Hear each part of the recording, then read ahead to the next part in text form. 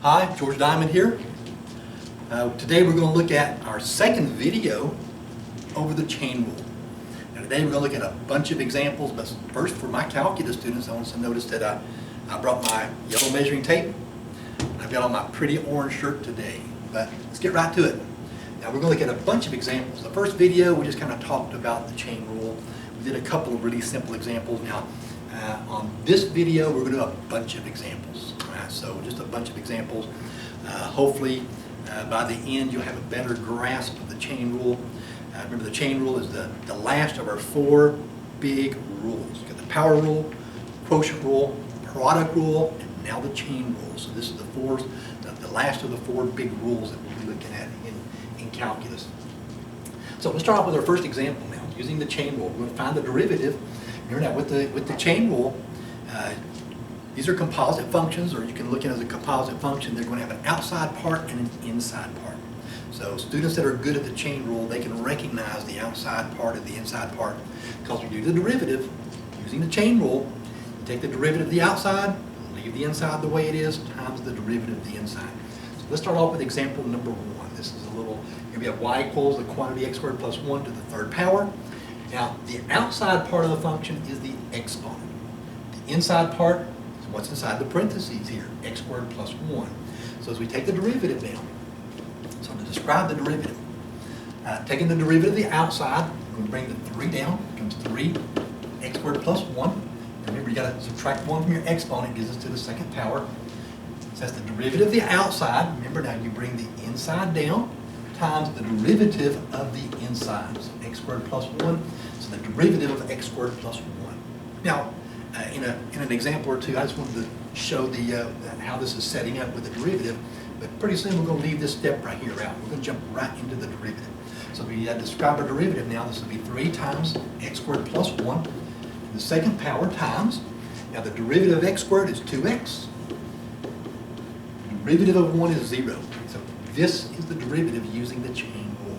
Now last is kind of simplified a little bit. 3 times 2x will give us 6x times the quantity x squared plus 1 to the second power. So this is our derivative now. So remember now, the derivative of the outside, that's the exponent part. Bring the inside down times the derivative of the inside, that's the chain rule. All right. Now let's try another example. We'll move through these pretty quickly. Here's another function. We got f of x equals the quantity 3x minus 2x squared raised to the third power.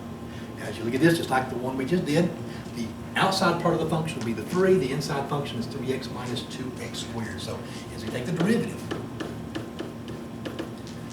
okay, let's take the derivative of the outside, that's the exponent part. So bring the 3 down front. And remember, you're going to bring the inside down, so 3x minus 2x squared.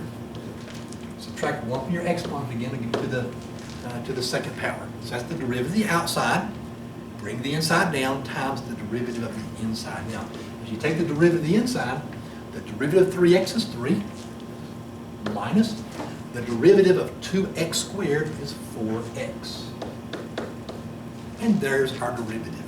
Okay, now you kind of rearrange it if you want to a little bit. This could be 3 times 3 minus 4x times 3x minus 2, actually this will be minus 2 x squared to the second power. So this will be our derivative right here. And you don't have to rearrange it technically, but this will be our derivative. Try another one. Let's try a trig function. Okay, the derivative of secant squared x. Now, first of all, I want calculus students to recognize the way this is written, y equals secant squared x. This is actually y equals secant x to the second power. So secant x is being squared. Not just the x, but the secant function is actually being squared here. So as you look at the outside part of the function and the inside part of the function, we'll take the outside part of the function will be the exponent. The inside part of the function is the secant x, is the trig function. So if you take our derivative then, let's do the derivative of the outside. So starting with the chain rule. Okay, bring the 2 down front, becomes 2. Bring the inside part down, so secant x. Now subtract 1 from your exponent, it'll be to the first power, so it'll just be 2 secant x. times the derivative of secant x. Now, if you remember now, the derivative of secant x is secant tangent. This will be secant x tangent x. That's our derivative. Now, last, let's go ahead and multiply secant times secant. So this will be 2 secant squared x tangent x. There you go. Trig example using the chain rule. So last one, go ahead and multiply whatever you can. So secant times secant gives you secant squared. So it'll be 2 secant squared x times tangent x. So once again, the outside part of the function is the exponent. The inside part is the secant squared x. All right, let's try another example. Let's try this one here. So another trig problem.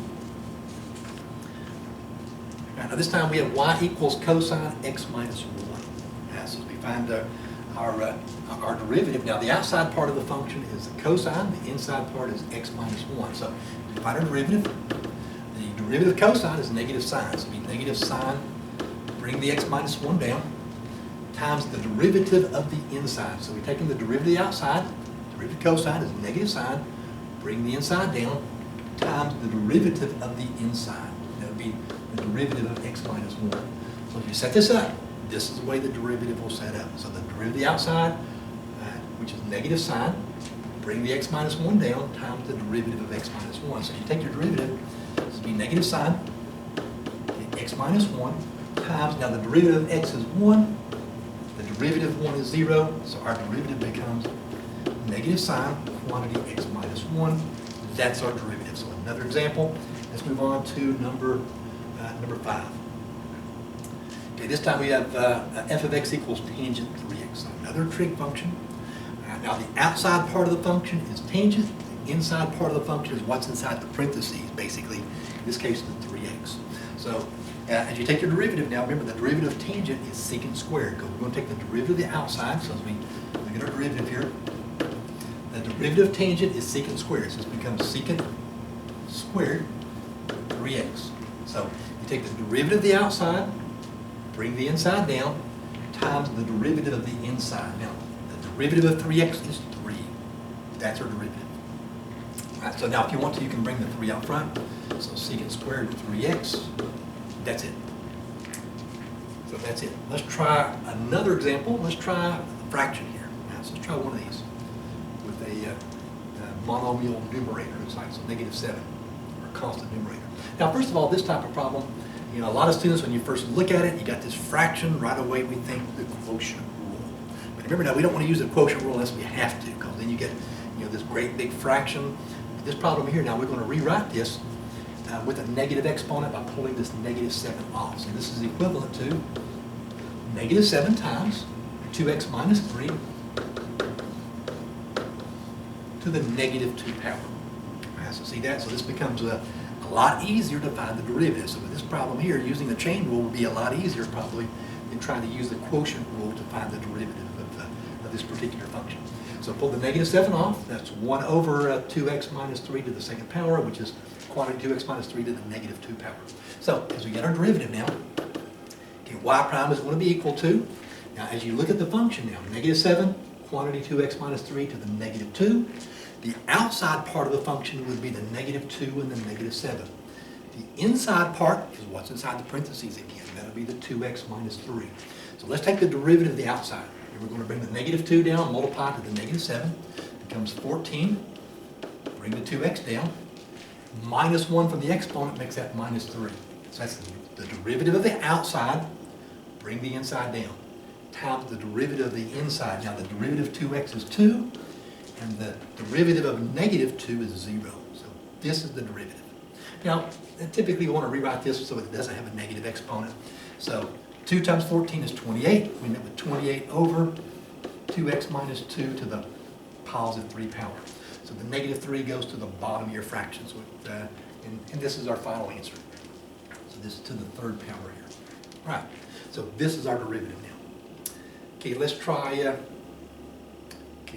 another example. Let's try this one right here. Okay, let's try a radical. All right. So we'll try some radical. Now with radicals, first thing we'll do is rewrite them. Right? Because we remember we want all radicals, we want them in rational exponent form. So let's go ahead and rewrite this. This is equivalent to y equals, so x squared minus 1 to the 2/3 power. Now we can use the chain rule on it, all right? The outside part of the function will be the 2/3. The inside part is the x squared minus 1. So as we find our derivative now, this will be 2/3. So bring the x squared minus 1 down. Now you got to subtract 1 from your exponent now. Remember, when you 2/3 minus 1 is equivalent to 2/3 minus 3/3, which is negative 1/3. So the new exponent will be to the negative 1/3 power. Erase this. So we're taking the derivative of the outside, we brought the inside down, times the derivative of the inside. Now the derivative of x squared is 2x, the derivative of 1 is 0. So the derivative of the outside, bring the inside down, times the derivative of the inside is 2x. This is our derivative. Now a lot of times, like I've mentioned before in my other videos, getting the derivative is the easy part sometimes. Rewriting it, simplifying it, that can be actually quite a bit more difficult than actually getting the derivative. Now this, we want to rewrite this without the negative exponent. This is actually a 3 here. So without the negative exponent. So what happens when you rewrite this without the negative exponent? The x squared minus 1 to the negative 1/3 goes to the bottom of the fraction with the 3. So we rewrite it without the negative exponent. So we're going to multiply the 2 and the 2x, gives us 4x, on top of our fraction. And the negative exponent part goes to the bottom of the fraction. Now the 3 is already on the bottom of the fraction, right? So it'll be x squared minus 1 to the 1/3 power, and this is our derivative. Okay, let's try another one. Okay, let's try this one. Now, this is what I want you to do with this problem here. Now, we just did an example sort of like this. So what I want you to do is pause the video for a minute. Let me see if you can do this problem right here. And I want you to check your answer with mine. So go ahead and pause it real quick, and we'll check it. Okay, hopefully you got your answer. Let's see if your answer matches mine. Let's see if you were able to do this. And once again, let's pull the negative 4 off. This will be negative 4 times t plus 2 to the negative 2 power. So pull that negative 4 off. It's the constant. So you can just pull that off, and we'll write this as t plus 2 quantity to the negative 2 power. So as you find your derivative now, the derivative of the outside, negative 2 times negative 4 gives us positive 8. Bring the t plus 2 down. Now I'm going to subtract 1 from our exponent. The exponent now becomes negative 3 times the derivative of the inside, which is 1. So the derivative of t is 1. The derivative of 2 is 0. This is our derivative now. So as we rewrite this now, this will be, without the negative exponent, it would be 8 over the quantity t plus 2 to the 3rd power. So this should be our derivative now in simplified form. Okay, let's try our next example. Let's try this one here. Let's try a big fraction. Now, for a lot of students, once they kind of get the hang of the chain rule, a lot of times when we use the product and quotient rules, we have to use the chain rule to get the derivative. So not only do we have to use the chain rule, but you have to use it in addition to the product and quotient rule. Now, that's what we have right here.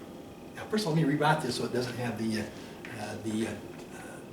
radical here. This will be x squared over. This will be x to the 9th plus 9 to the 1/2 power. So let's see if we can rewrite that like so. So I've got this big fraction here. Probably the easiest way to get the derivative now is we have to use the quotient rule, right? So this you can't just, I guess you could pull that x squared off and make the exponent a negative exponent and use the product rule. So you can do that with any division, I guess. But let's take a look at using the quotient rule to find the derivative of this function here.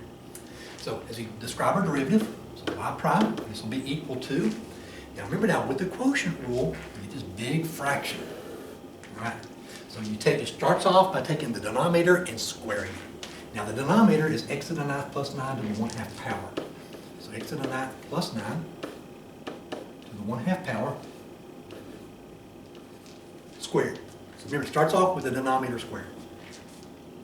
Now in the numerator, we start off with the denominator, so the bottom times the derivative of the top minus the top times the derivative of the bottom. So this becomes x to the 9th plus 9 to the 1/2 power. So the bottom times the derivative of the top. Now the derivative of the top is 2x minus. So the bottom of the fraction, so bottom times the derivative of the top minus the top times the derivative of the bottom. And this would be x squared times the derivative of this radical on the bottom of the fraction now. So if you take this derivative and you extend this, so hopefully I've got enough room here on my smart board to get this all on. But as you take the derivative of x to the 9 plus 9 to the 1/2 power, now this is where we have to use the chain rule. So this problem has, as a chain rule in addition to the quotient rule. So as you look at x to the 9 plus 9 to the 1/2 power, the 1/2 comes down front, subtract 1 from your exponent, and this becomes 1/2 times x to the 9 plus 9 to the negative 1/2 power times the derivative of the inside. Now, the derivative of x to the 9th is 9 x to the 8th power. This is our derivative. So the bottom squared times the derivative, and then the bottom times the derivative of the top, minus the top times the derivative of the bottom. Now, just remember now with the quotient rule, the numerator has to go in this order. Because of the subtraction, you cannot change the order at all. So we have to start off with the bottom of the fraction times the derivative of the top, minus the top, which is x squared times the derivative of the bottom. Now, like I said, that's our derivative. That wasn't really that hard actually. Now, what gives what's really hard for a lot of students is the algebra involved in simplifying this. All right, let's see how we go about simplifying. Now, first, the denominator. All right, so bring this big fraction over. You got x to the 9 plus 9 to the 1/2 squared. Now, 1/2 times 2 gives you to the exponent of 1. So on the bottom, you got x to the 9th plus 9 to the first power. So 1/2, so you have a power to a power. You have a power to a power, you multiply your exponents. So 1/2 times 2 gives you 1. So that simplifies the denominator. Now let's simplify the numerator. Here you have x to the 9 plus 9 to the 1/2 power times 2x. Now keep in mind, you can't multiply 2x inside your parentheses here. Okay, to the 1/2 power is actually a radical, so you can't multiply 2x inside your radical. So we bring the 2x down, times x to the 9 plus 9 to the 1/2 power, minus. Now as we simplify this expression, let's see, I can multiply the x squared and the x to the 8th over there. And I can multiply 1/2 times 9. So as we multiply all of this stuff together here, now I still have that negative exponent there too. So as I multiply all of this, this is going to give us, this is going to give us 9/2. So this will be, now also it's going to be negative 2. So it'll be negative x squared times x to the 8th will be x to the 10th. So it'll be minus 9/2 x to the 10th times x to the 9th plus 9 to the negative 1/2 power. Okay. Now we're getting there, right? So we simplified it a little bit. We simplified the denominator. Okay, we just kind of rearrange this term right here, and we multiplied the x squared and the x to the 8th, and then 1/2 times 9. So you have 9/2 x to the 10th power times x to the 9th plus 9 to the negative 1/2. Now, let me see if we can bring this on down. Now we have, as you try to simplify this expression some more, this derivative, we got two problems. I've got the 9/2, a fraction within a fraction. All right, so we don't like that 9/2. I need to get rid of the 2 on the bottom of that denominator.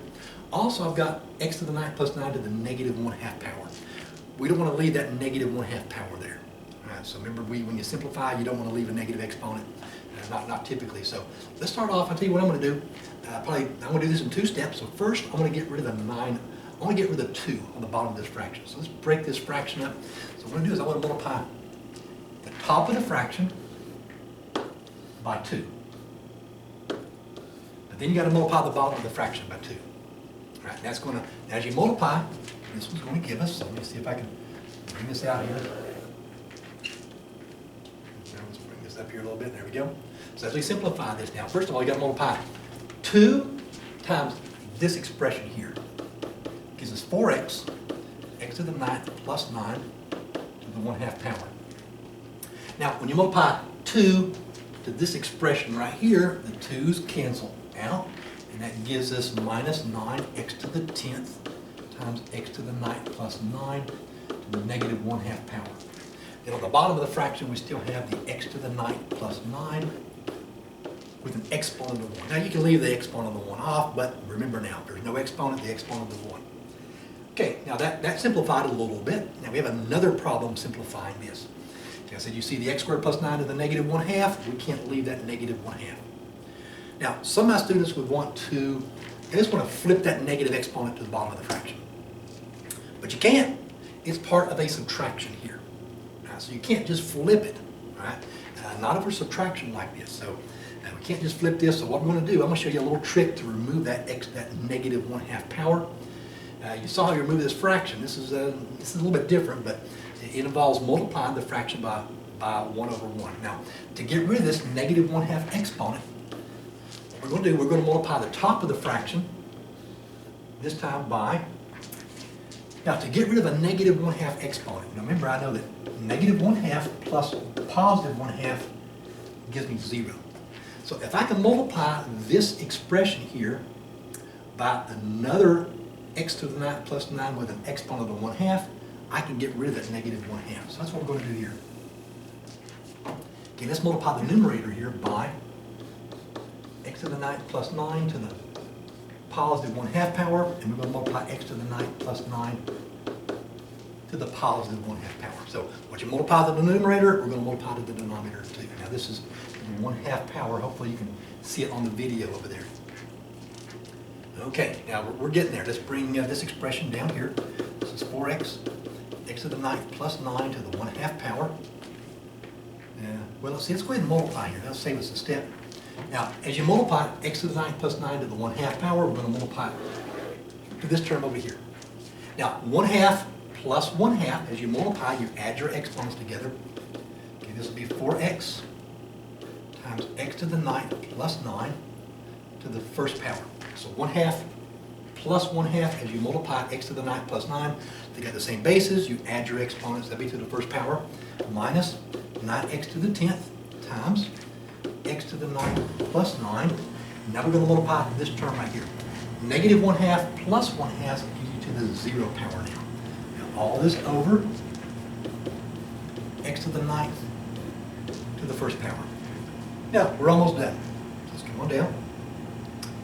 Now as we simplify this, let me extend my page here a little bit. Now to simplify this a little bit further, let's multiply 4x inside of parentheses will give us 4x to the 10th power plus 36x. Remember now, anything to the 0 power is 1. Right? So this right here basically got rid of that factor with the negative exponent. So you multiply it, you end up with a 0 exponent there. So that term is gone. So it'll be minus 9x to the 10th power. All this divided by. Now we also, let's see, now we also have to multiply x to the 9th plus 9 to the first power times x to the 9th plus 9 to the 1/2 power. This gives us in the denominator x to the 9th plus 9 to the, let's see, 3/2 power.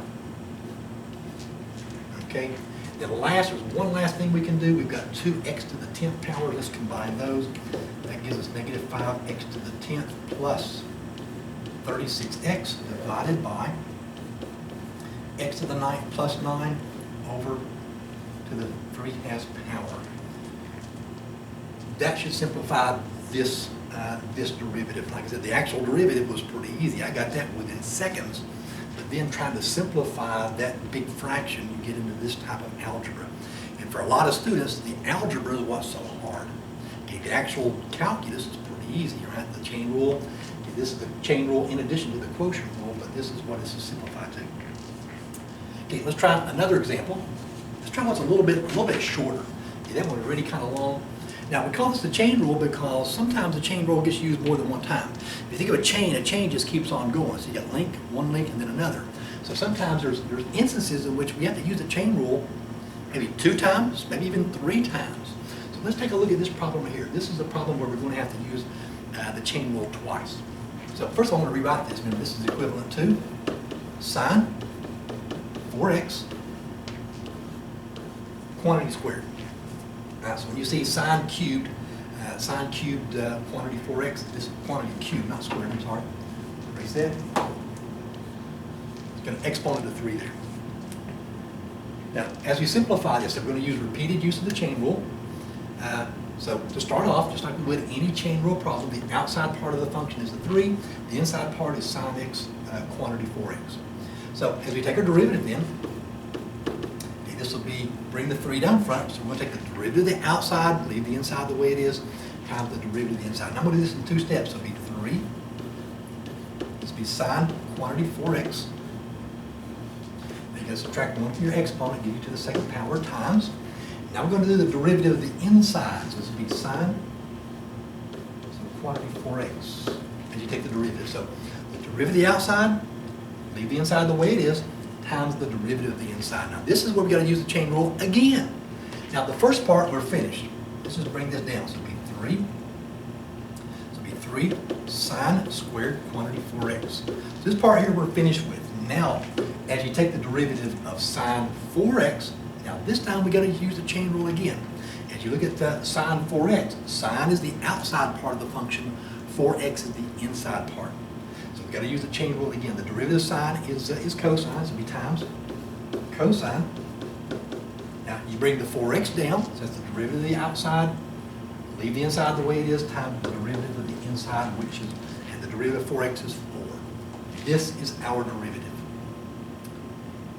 Now, the last thing we can do, the only thing really we can do here to simplify this a little bit, we can do 3 times 4 gives us 12 sine squared 4x cosine 4x, and there you got it. So that's our derivative. So this is a repeated use of the chain rule where you got to use the chain rule twice. So I would recommend as you take this derivative now, once again, think of the exponent here is the outside part, sine 4x is the inside part. A lot of students are trying to take the derivative like in one big step. Break it apart, take the derivative outside times this derivative. Now, the first part, you're done. And as you take the derivative of sine 4x, okay, this is the chain rule again. So you want to focus on sine 4x, which is cosine 4x times 4. As you get that derivative, then you just simplify your problem after that. Okay, let's try another example. Let's try another example with involving repeated use of the chain rule. Now this is y equals tangent quantity 5 minus sine 2x. So let's see about this derivative here. Now once again, I'm going to do it in 2 steps. The derivative is, now as you look at tangent 5 quantity, tangent quantity 5 minus sine 2t, the outside part is tangent. Okay, the inside part is a 5 minus sine 2t. Now, so the outside part is tangent, so let's take the derivative. The derivative of tangent is secant squared. This will be secant squared. Bring the 5 minus sine 2t down. So 5 minus sine 2t times the derivative of the inside. So times the derivative of 5 minus sine 2t. So you set this up with the chain rule. The derivative of the outside, be systematic now. The derivative of the outside, bring the inside down, times the derivative of the inside. Now, when you take the derivative of the inside, we got to use the chain rule again. So let's bring the secant squared down. So it'll be secant squared 5 minus sine 2t times, now the derivative of 5 minus sine 2t, the derivative of 5 is 0. Right, so we drop the 5. Now the derivative of sine is cosine, so it'll be negative cosine 2t times the derivative of 2t, which is 2. So as you take this derivative now, the derivative of 5 is 0. The sine is the outside part of the function, 2t is the inside, so the derivative of negative sine is negative cosine. Bring the 2t down, times the derivative of 2t, which is 2. So this is our derivative. And there's not much we can do. We could probably bring the 2 out front here, so 2. So secant squared 5 minus sine 2t. And we can bring the negative out also, so make it a negative 2. And then it'll be cosine 2t. So this is our derivative then. Now let's try another. Now once again, we're kind of moving through these pretty quickly. Let's try another problem involving the quotient rule. So using the quotient rule, in addition to the chain rule. All right, so let's try one of these right here again. Now we did one earlier, and you can see that the type of simplification involved and the algebra involved can be kind of intense and can be intimidating for a lot of students.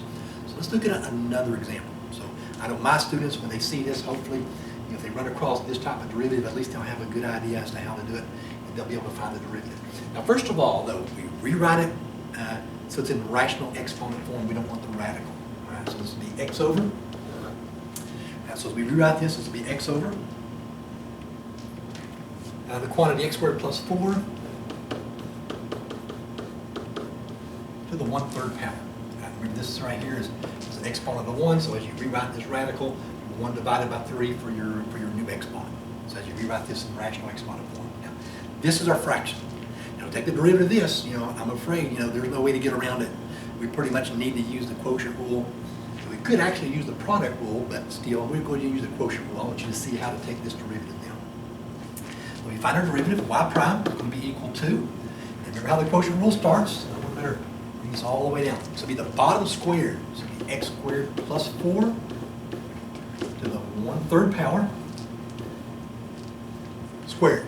So the bottom squared. So that's how it starts off. Now in the numerator, we're going to take the bottom, which is x squared plus 4 to the 1/3 power. So the bottom times the derivative of the top. Now the derivative of x is 1 minus. So that's the bottom times the derivative of the top minus the top, which is x, times the derivative of the bottom. Now, this is where the chain rule comes in now. When you take the derivative of the bottom, x squared plus 1 to the 1/3 power, okay, that's the chain rule. 1/3 will be the outside part. X squared plus 4 will be the inside part. So we're going to bring the 1/3 down. And let me see, we use brackets here. So we have more than one grouping symbol. So this will be brackets. This will be 1/3 times x squared plus 4. Now, you've got to subtract, let's see, bring the 1/3 down, you've got to subtract 1 from your exponent. Now, 1/3 minus 1 would give us a negative 2/3 times the derivative of the inside, which is 2x. Now, that's the derivative using the chain rule. So, once again, bring the inside down, or take the derivative of the outside, leave the inside like it is, bring it down, times the derivative of the inside. So this right here, so this basically describes our derivative. Now, this is where the hard part starts for a lot of students. You got to simplify this. I can still remember my calculus teacher in college telling me, hey, this isn't simplified far enough yet. You can't leave your answer like this. Okay, you got to put it in simplest form. This is mathematics, so we got to simplify everything.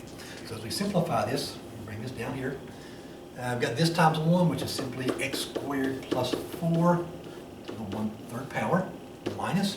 Now, as we multiply here, now I can multiply x times x gives me x squared, and 1/3 times 2 gives us minus 2/3 x squared times x squared plus 4 to the negative 2/3 power. Okay, so x times x is x squared, and then 1/3 times 2 would be minus 2/3 x squared. All this divided by x squared plus 4. Now, as you simplify, 1/3 times 2, and you have a power to a power to simplify that. The new exponent in the denominator would be to the 2/3 power. So 1/3 times 2, you have a power to a power, you multiply your exponents again. Now, this doesn't look quite so bad. We've multiplied it through a couple of terms here, but you can see the two problems, just like in the problem we did previously. You got the fraction, you got the negative exponent. We need to break the fraction up and get rid of the negative exponent. Let's get rid of the fraction first. So to get rid of the fraction, we're going to multiply everything in the numerator by 3. If you multiply the numerator by 3, you got to multiply the denominator by 3 too. So let me bring this on up. So multiply 3 times this term will give us 3 times x squared plus 4 to the 1/3 power minus. Now, as you multiply 3 to this fraction, the 3's will cancel out. We need minus 2x squared times x squared plus 4 to the negative 2/3 power. And all that divided by x squared plus 4 to the 2/3 power. There we go. All right. Now, we're still stuck with this negative exponent. Remember what I said about the other problem? You can't just flip that to the bottom of the fraction. It's part of a subtraction. You can't do that part of a binomial expression like this. You can't flip part of it like that. So we can't just flip it to the bottom of this fraction here. But remember what we said, to get rid of it, I'm going to multiply the numerator here by x squared plus 4 to another exponent. So that when you add your powers together, it's going to get rid of that negative 2/3. And what I'm going to multiply by here is x squared plus 4 to the positive 2/3 power. Now, if you multiply the top by x squared plus 4 to the 2/3, you also got to multiply the bottom by x squared plus 4 to the 2/3 power. So hopefully you guys are able to see all of this on my smart board here. That's one bad thing about smartboards. In calculus, you know, some of these problems are kind of big, but hopefully you're able to follow me as I work through the problem here. Okay, now let's take a look at, there we go, let's bring this all down. Now, let's see what we get when we simplify here. So in the denominator, now when you multiply x squared plus 4 to the 2/3 times x squared plus 4 to the 2/3, this is going to give us x squared plus 4. Now remember now, you got to add your exponents together. 2/3 plus 2/3 gives you 4/3. So the new exponent in the denominator here is going to be 4/3. Now in the numerator here, as you multiply, first you're going to multiply to this first term over here. Now 1/3 plus 2/3, as you multiply, bring the 3 down. That'll give us x squared plus 4 to the first power. So 1/3 plus 2/3 gives you 1. Okay, minus, and then bring the 2x squared down. X squared plus 4 to the negative 2/3 plus negative 2/3 is x squared plus 4 to the 0 power. Now what that does, that basically, that gets rid of that term. Anything to the 0 power is 1, so that gets rid of that term. So then to simplify, we just have to multiply 3 inside our parentheses. Let's see, this will be 3x squared plus 4, okay, minus 2x squared. All this divided by x squared plus 4 to the 4/3 power. We're almost finished, I promise. We're almost done. All we got to do is a couple of like terms we got to combine. 3x squared minus 2x squared gives us x squared plus 4. That's going to be our numerator. And then this expression we're just going to bring down. So this is x squared plus 4 to the 4/3 power. That's our derivative. Now we looked at 2 of these examples. So hopefully between the 2 you can kind of give you some idea as to how to simplify your derivative when you're using the chain rule in addition to the quotient rule with a radical like this. So typically you're going to end up with that negative exponent. And to get rid of it, you just multiply the same thing with a positive exponent to get rid of it. So that's our derivative. Moving right on, let's try another one. So okay, this will be problem number 13. Now it says we're going to write the equation of the tangent line. So at the point 2, 2. So once again, now we're not just getting the derivative now. We have to actually write the equation. So remember now, to write the equation, to write any equation, 2 things. You have to know the slope, okay, and you got to have 1 point. Now the 1 point here is 2, 2. All right, so they tell us to give us the 1 point. That's easy enough. Now to get the slope, we have to use our derivative. All right, so 2 things that we're going to need now to get the slope of our line, and that's we have to use our derivative to find the derivative function, and then from there we can just substitute in for x. So let's get our derivative here first. Now let's rewrite. First of all, let's rewrite the radical and rational exponent forms. This will be f of x is equal to 1/3 x to the x squared plus 5 to the 1/2 power. So let's rewrite this. All right, now as you look at this expression, now this function, right? For a lot of students, you know, it's not real clear sometimes when we have a product.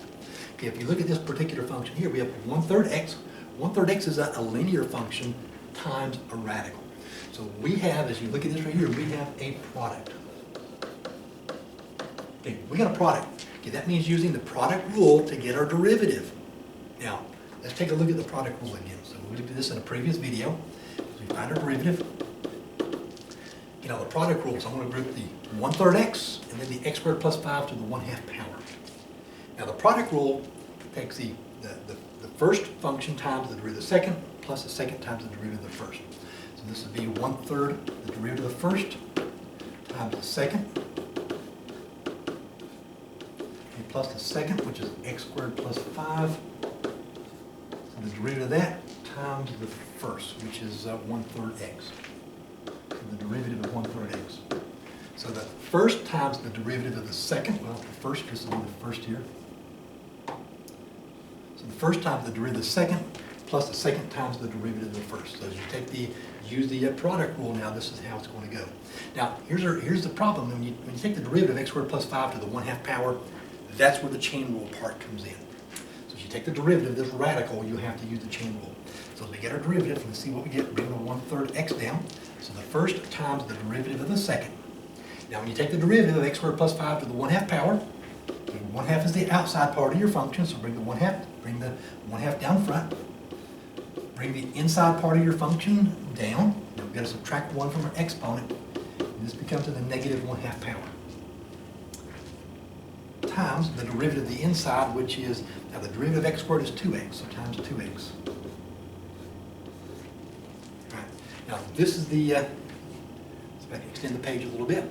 So that's the first times the derivative of the second, okay, plus the second, which is x squared plus 5 to the 1/2 power times the derivative of the first, which is 1/3. All right, so the first times the derivative of the second plus the second times the derivative of the first. So kind of a long problem, like I said with the smart board here.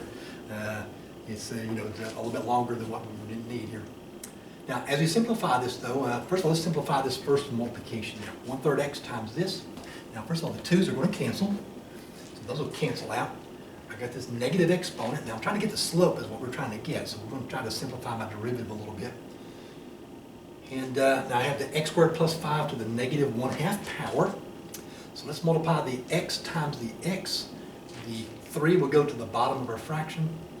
And let's see, that will give us, for our derivative, will be x squared on top divided by 3. Now the x squared plus 5 to the negative 1/2 will go to the bottom as x squared plus 5 to the 1/2 power. Okay, now this is the first expression, plus.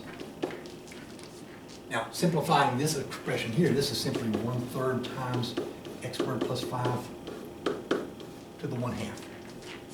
Okay, now this is our derivative. Remember now, the derivative is slope.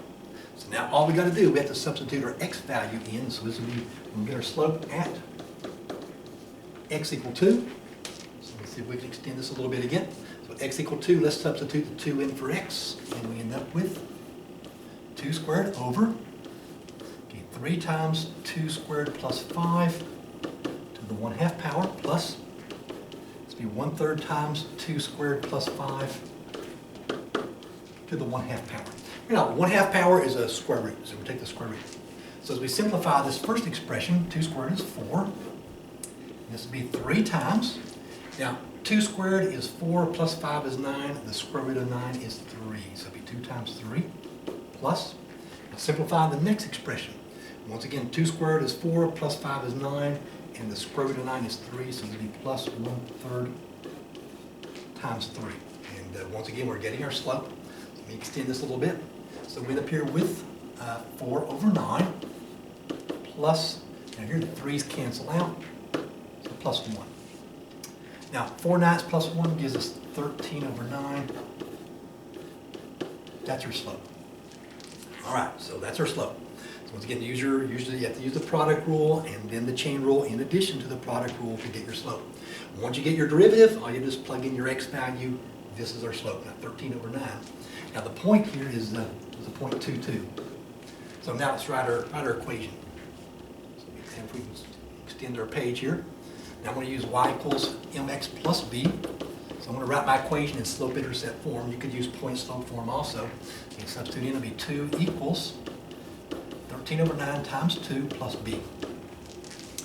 So bring the 2 down. 13 over 9 times 2 gives us 26 over 9. Okay, plus b. So b should be equal to, this will be 2 minus 26 over 9 equals b. Now let's see, what do we get there? So 2 minus 26 over 9, this would be equivalent to 18 over 9 minus 26 over 9 equals b. Now 18 minus 26 is negative 8, so it'll be negative 8/9 is equal to b. And as we write our equation, extend our page again, so as we write our equation, equation should be y equals, see, the slope was 13 over 9, so it'll be 13 over 9x minus 8/9. So I'm going to write it in slope-intercept form. That'll be fine. Okay, this is the equation of our line now. Okay, let's move on. Okay, let's try another one. Let's try a trig problem. So my students typically, these trig problems tend to give them more, are a little bit harder than the one that we just looked at. So let's try one. We're going to write the equation of a line involving a trig problem. So this is y equals tangent squared x. Okay, let's see if we can write the equation of the tangent line at the point pi over 4, 1. So let's try this right here. And once again, you need 1 point, so we got the power over 4, 1, and we need the slope. Now to get the slope, we're going to find our derivative. So okay, let's start off. Now the derivative of tangent squared, remember now tangent squared x is the same thing as tangent x quantity squared. Right, it's the same thing. So tangent x quantity squared. Now, as we find our derivative now, as you look at, we're going to have to use our chain rule to get our derivative. The inside part of the function is tangent x. The outside part is the exponent. Right, so as we find our derivative, we'll bring the 2 down front. Bring the tangent x down. And we're going to subtract 1 from our exponent. It gives us tangent x to the first power times the derivative of tangent x. So if we get our derivative, this is how it goes. So the derivative of the outside, bring the tangent x down, times the derivative of the inside, so the derivative of tangent x. Now, if you remember, the derivative of tangent is secant squared. So our derivative here is 2 tangent x secant squared x. Right. So this is our derivative, and now we're ready to get our slope. Now to get our slope, we have to substitute pi over 4 in for x. So let's bring this down. So this will be at x equal pi over 4. So plugging this in. So as we get our slope now, okay, this will be 2 times tangent pi over 4 times secant squared pi over 4. Okay, so secant squared pi over 4. Now, first of all, tangent pi over 4 is 1, so that's going to be pretty easy. And I'm going to rewrite secant squared pi over 4 as in terms of cosine. So we extend this a little bit, so this will be 2 times 1. Once again, tangent pi over 4 is 1. Okay, times, and this will be 1 over cosine pi over 4 squared. All right. Now, if you remember cosine pi over 4, remember your unit circle. Pi over 4 is here. Yes, square root of 2 over 2.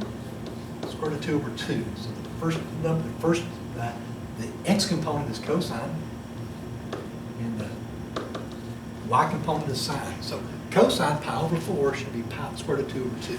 So if we simplify this, now it would just be 2 times 1 over square root of 2 over 2 squared. Now I've got to write it kind of big so you can kind of see, because once again, we're trying to get our slope. We already have our 1 point, so we can extend this a little bit too. Now, let's simplify this right here.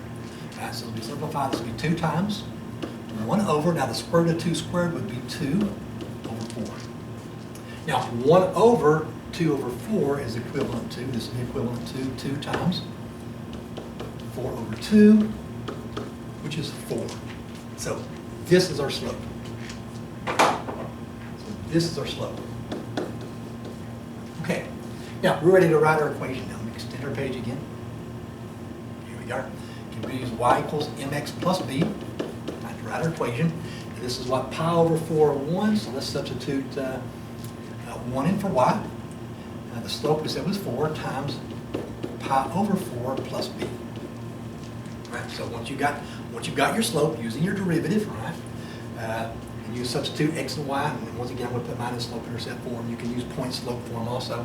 Now, as you multiply here, the 4's cancel out because it's 1 equals pi plus b. So 1 minus pi equals b. So as we write our equation now, our equation becomes so y equals 4x plus 1 minus, so 1 minus pi. Right. Now, if you have a calculator, you can go and put this in decimal form.